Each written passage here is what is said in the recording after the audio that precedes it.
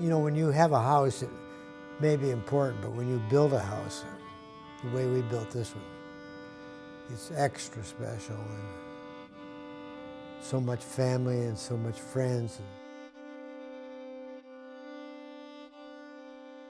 The last 22 years have been the best years of our life. Mary Lou and I were married in Fort Wayne, Indiana. She was 19 and I was 20. November 24th, 1952.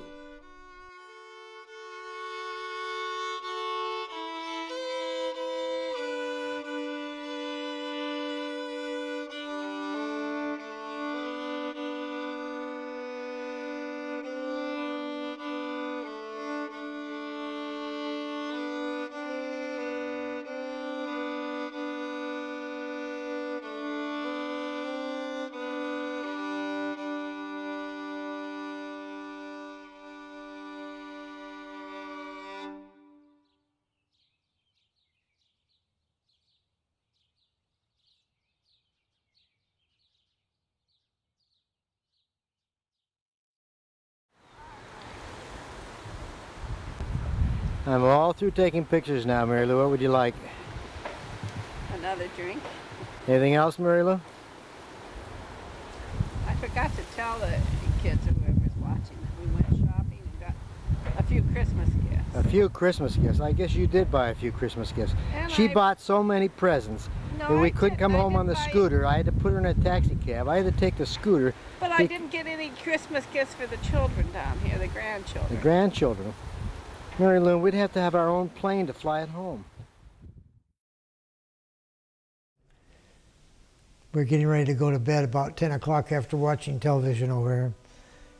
And she told me, I said, let's go to bed. She said, you can't go with me. She said, she was harping on the business that we're not married. And she didn't know who I was, so she couldn't sleep with me, which was a little bit comical, but I tried not to laugh. She didn't want a white. She had to be color, but I said, colors changes, and then it outdated. Now it's got to be dark green, like the bathroom. And the sad part about it is, it was put her because she twisted my arm, and then she got into it one time. And then she was never able to make it again.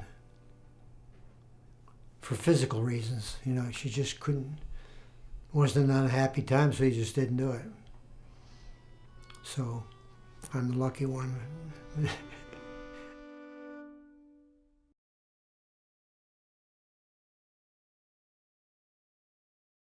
You know, I can never remember her being frustrated, which is an interesting thought about Alzheimer's, or being frustrated over life, or why me, and why do I have to be like this? She never complained. Mary Lou was lost.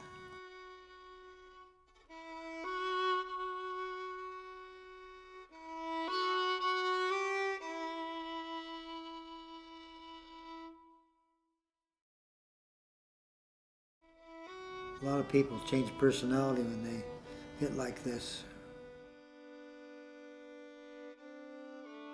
She never used to like bananas, but she can eat banana bread. Doesn't know what she's eating. Yeah.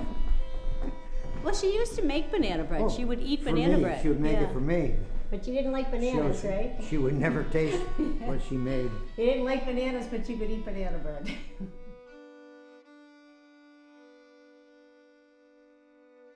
One day when we were in the middle of Alzheimer's, you know, maybe 4 years ago, when we could still argue. Now we don't argue, do we? Huh? Mary Lou? Do we fight?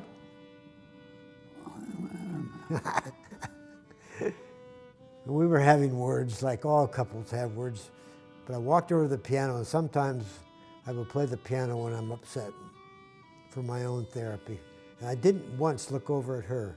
When I left her, her mouth was, you know, sad. And when I came back, it was a great big smile. wasn't Mary Lou. She'd forgotten all our troubles. And I tried it. A few days later, I said, I wonder if that works again. So I had opportunities to try it, see if it would change her feeling, you know. And it does work. There's a time somebody could help me do it. And sometimes it takes almost 3, and I constantly worry about that. What happens if? And so the doctors keep telling me what I already know. You got to take care of yourself. And I know that, and I'm reminded of that all the time. Dr. Lynn kept warning me about that. You really shouldn't do what you're doing. If you go try to do this stuff by yourself, the caregiver goes before the patient. But I do not want her to leave. I was down in the depths for a while when I was trying to do everything. And I thought I could do anything, strong enough to cope with anything, but I met my challenge.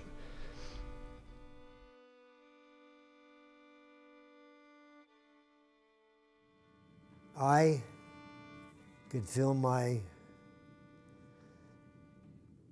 body being sucked down the drain after months and years of me doing it. And then insurance helped me do it, but I still fell. Lynn was the first person to come into the house.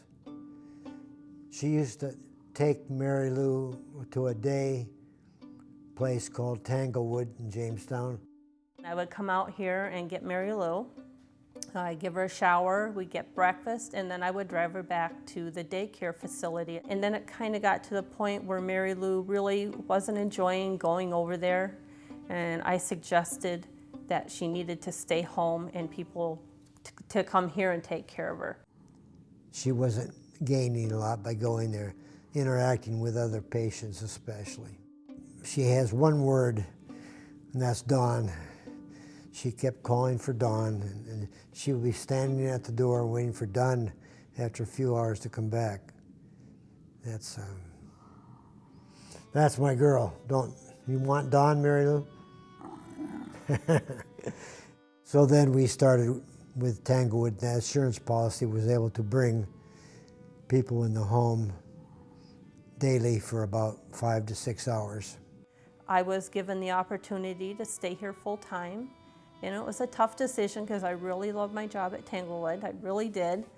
But in my heart, I felt that it was more important to take care of Mary Lou. I loved my job, but I knew that Don was getting to the point where he was going to have somebody here. Right, honey? Every Monday's a long story.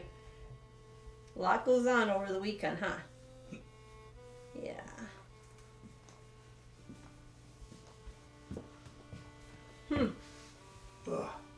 When I first started coming here, Mary Lou could get up and wander.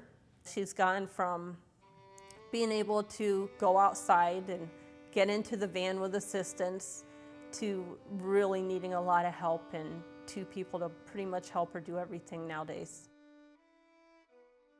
We took a insurance policy. The last 2 years, we've had it very, very good. But it's on your mind night and day. You know, how long can we last when you have to pay it out of your teacher retirement? Then you're going to have to figure out how. And I know the checks I've written, and it scares me. We didn't save. We lived well along the way. There are a lot of people who die when they retire and never do anything.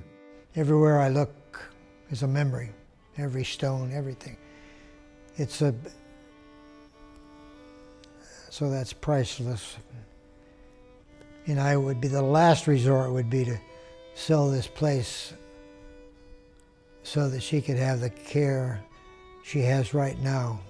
You know, if the same people could be caring for Mary Lou in the same way somewhere else, and the money to provide that could be done by this place.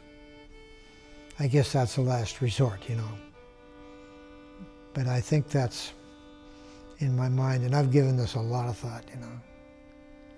And I am, first of all, I don't want to leave here. I'd have to give that up. Not for me, but for hers, but that would be worth it. Care comes before the house, you know. Yeah.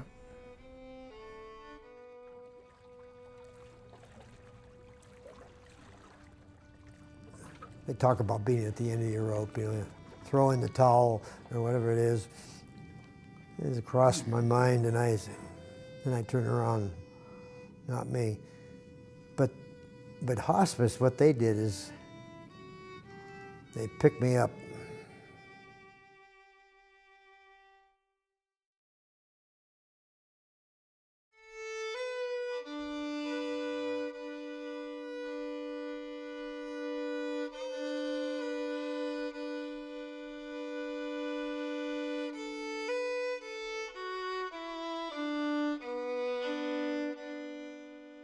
I am the art facilitator for hospice of Chautauqua County. I'll make a point to try to ask the person if it's all right, do they feel like doing some art, so that they know that they're really in control, even if they're not really aware of everything to begin with. I was touched to see Don being so involved and so caring.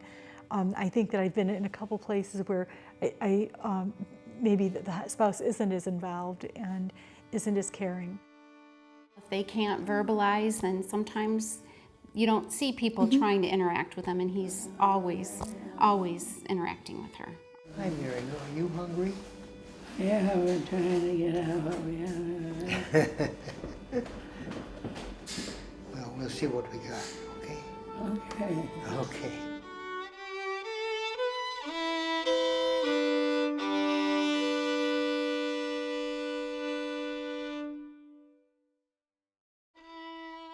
There's so much interaction, interpersonal interaction, that really helps accentuate those patients' qualities of life. Well, my name is Debbie Waldron, and I'm a hospice volunteer. Basically, I'm to be a companion. In this case, it allows Don to go out and run some errands and feel relaxed that someone's here with Mary Lou and watching over her. On some days, I'll read stories to her, and she seems to enjoy them, and sometimes there's a little bit of interaction there, which is great. And sometimes she's sleeping, and I just spend the time rubbing her back, and just hoping I'm some sense of comfort to her. When somebody can stay in their home and they get the best care possible, as long as they continue to have a good appetite and they're sleeping good at night. Huh? She slept real good. Yeah, you had a good night. You have hope. You see in a nursing home, they come in, they lose their hope. Every one of them is just special. I've never met that many special people at one time in my life. It's just every day somebody is cheering us up. Mary Lou, sweet Mary Lou, oh, how I love you. You're my sunshine every day, my bright star that leads my way. Each day with you comes from above. You're my angel, my love.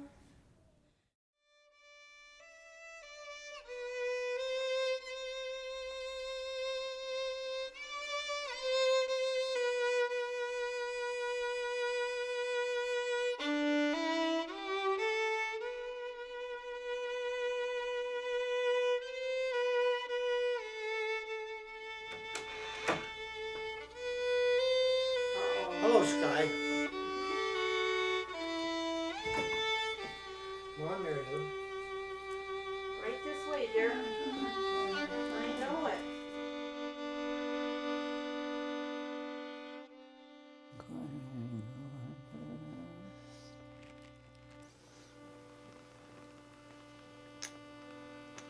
Love you, Mary Lou. God loves you, Mary Lou. You're a good girl. I'll tell you something else.